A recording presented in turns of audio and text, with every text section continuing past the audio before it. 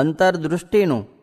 સ્વામિનારાયણ હરેએ સંવત 1876ના મહાસુદી 14ને દિવસ સંધ્યા સમયે સ્વામી શ્રી સહજાનંદજી મહારાજ શ્રી ગઢડા મધ્યે દાદા ખાચરના દરબારમાં શ્રી વાસુદેવ નારાયણના મંદિરની આગળ લીમડાના વૃક્ષ હેઠે ઓટા મધ્યે ઢોલિયા ઉપર વિરાજમાન હતા અને પોતાના મુખારવિંદની આગળ 2 દીવીઓ બળતી હતી અને કંઠને વિશે પીળા પુષ્પનો હાર પહેર્યો હતો ને 2 હાથમાં પીળા પુષ્પના ગજરા ધારણ કર્યા હતા અને સર્વ ધોળા વસ્ત્ર પહેર્યા હતા અને પોતાના મુખારવિંદની આગળ મુનિ તથા દેશ દેશના હરિભક્તની સભા ભરાઈને બેઠી હતી.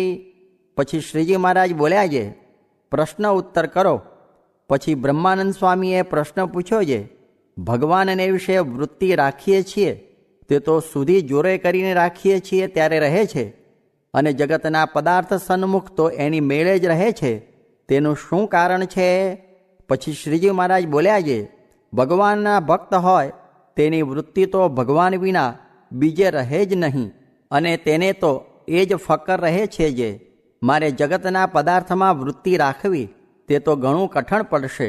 માટે પરમેશ્વરના ભક્ત હોય તેને તો જગતના પદાર્થમાં વૃત્તિ રાખવી એ જ કઠણ છે અને જે જગતના જીવ છે તેને પરમેશ્વરમાં વૃત્તિ રાખવી તે ઘણી કઠણ છે. માટે જેને પરમેશ્વરમાં વૃત્તિ ન રહે તે પરમેશ્વરનો ભક્ત નહીં અને તે સત્સંગમાં આવતો હોય તો એ ધીરે ધીરે સંતની વાર્તા સાંભળતા સાંભળતા પરમેશ્વરનો ભક્ત થશે.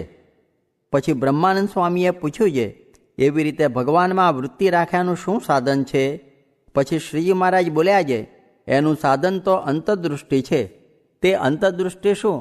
તો જેવા પોતાને પ્રત્યક્ષ ભગવાન મળ્યા છે તેની મૂર્તિ સામું જોઈ રહેવું એ અંતર્દૃષ્ટિ છે. અને તે મૂર્તિ વિના ષટચક્ર દેખાય અથવા ગોલોક વૈકુંઠાદિક ભગવાનના ધામ દેખાય તો પણ તે અંતર્દૃષ્ટિ નહીં. માટે ભગવાનની મૂર્તિને અંતરમાં ધારીને તે સામું જોઈ રહેવું અથવા બહાર ભગવાનની મૂર્તિ સામું જોઈ રહેવું તેનું નામ અંતર્દૃષ્ટિ છે. અને તે મૂર્તિ વિના બીજે જ્યાં જ્યાં વૃત્તિ રહે તે સર્વે બાહ્ય દૃષ્ટિ છે.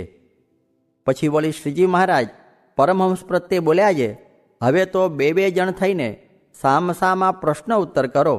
પછી ઘણીવાર સુધી પરમહંસે પરસ્પર પ્રશ્ન ઉત્તર કર્યા. તેને સાંભળતા થકા શ્રીજી મહારાજ તેમની બુદ્ધિની પરીક્ષા કરતા હવા. ઇતિ વચનામૃતમ. એવી રીતે ગઢડા પ્રથમ પ્રકરણનું 49મું વચનામૃત જે તે થયું. વચનામૃતના અર્થ સમજાય એવા નથી, પણ બહુ અભ્યાસ રાખે તો પોતાની મેળે સમજાય એવો મહારાજનો વર છે ને આ જ્ઞાન તો મહારાજને સર્વેને આપવું છે. સ્વામિનારાયણ રે સ્વામીએ વાત કરી જે ઇન્દ્રિયારામ ને અર્થારામની જોડે આસન કરે તો ગમે તેવો હોય તેનું પણ ઠેકાણું ન રહે.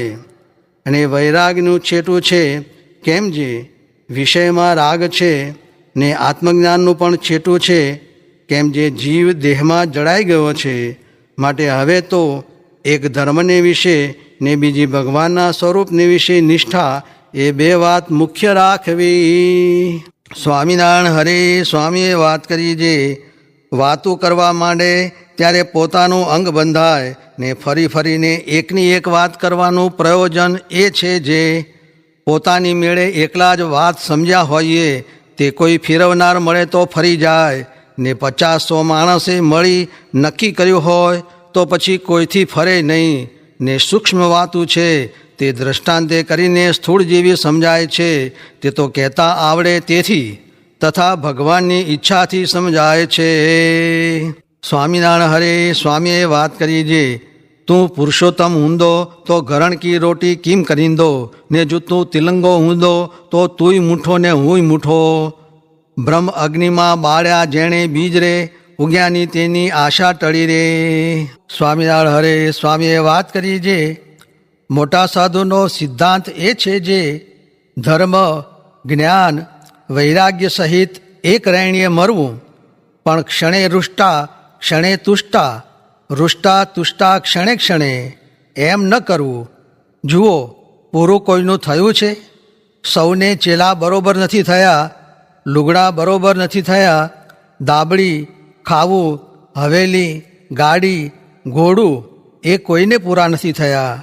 ને ત્રિલોકમાં કોઈને સવારના પોરમાં ભગવાન ભજવા કે કથા કરવી એમ ન મળે, ને બીજું સર્વે કરે પણ કથા ન કરે, ને રૂપિયા, હવેલી, વિવાહ, ખાવું, મજૂરી એમાં સવારમાંથી મંડે છે.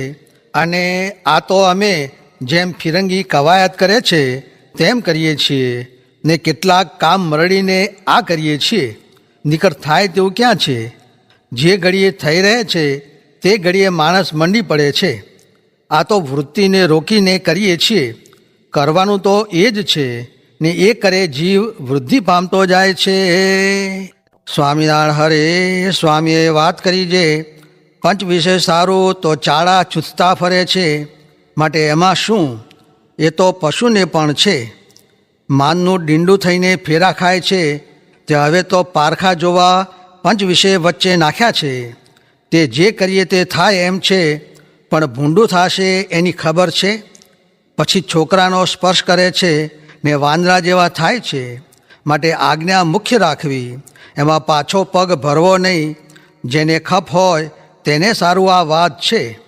કઠણ વચન કહું છું રે કડવા કાકચ રૂપ, દર્દીને ગોળી દઉં છું રે સુખ થાવા અનૂપ. એમ છે. બીજાને શું? એ તો પશુ જેવા છે. ખરેખરો ગરાસ્યો હોય તો પાછો ન ફરે. તે ખાડા ખસે પણ હાડા ન હઠે. ભાગતા ભલકું વાગશે રે, એમાં શો માલ? સામા ઘા લે તે ખરો, એવી ઘણીક વાતો કહી. સ્વામિનારાયણ હરે. સ્વામીએ વાત કરી જે બીજું તપ, આ ધારણા પારણા 2 મહિનાના કહો તો કરે, પણ ઓલ્યું જે સૂક્ષ્મ તપ એ તો ન જ થાય. સ્વામિનારાયણ હરે. સ્વામીએ વાત કરી જે હે પરમહંસો, શાંતિ તો એક નારાયણના ચરણારવિંદમાં જ છે. તે માટે તે સામું જોઈ રહેવું. જેમાં નિદ્રા આવવી જોઈએ તેમાં નથી આવતી. આ ટોળા સારે છે તેમાં નથી આવતી. ને જો માળા ફેરવવા બેસે તો બધાયને આવે, પણ ધીરે ધીરે ભગવાનને સંભાળતા જાય ને ટોળા લાવતા જાય તો એમ જ થાય. મરને એક ટોળું ઓછું આવે, પણ એવા સ્વભાવ પાડેલ નહીં. આવા તો બ્રહ્માંડમાં 1,00,000 કરોડ કારખાના ચાલતા હશે, એમાં શું પાક્યું? આગ્રામાં 18 કરોડ રૂપિયાનું એક કબ્રસ્તાન છે, તેણે શું થયું? માટે ભગવાન ભજ્યામાં સુખ છે. સ્વામિનારાયણ હરે. સ્વામીએ વાત કરી જે ભગવાન તો એક જીવ ભજે તે સારું બ્રહ્માંડ બોળી નાખે. તેની એક વાત છે જે એક ચકલી હતી, તે ઊંચી પર્વત પર બેસીને ભજન કરતી હતી. તે કહે જે મુને અહીં બેઠે બેઠે પાણી પાય તો પીવું. પછી બ્રહ્માંડ બોળીને ત્યાં લગી પાણી ભરી દીધું એટલે પીધું. સ્વામિનારાયણ હરે. સ્વામીએ વાત કરી જે કરોડમણ સૂતરની આંટીઓ ગૂંચાઈ ગઈ છે તે કેમ ઉખડે? કોઈ દાખલો કરે તો પણ ન ઉખડે, પણ જો આ બ્રહ્માંડ જેવડો ફાળકો કરે તો સહેજે ઉખડે. એમ જીવ ગૂંચાઈ ગયો છે, પણ ભગવાન ભજે તો ઉખડે.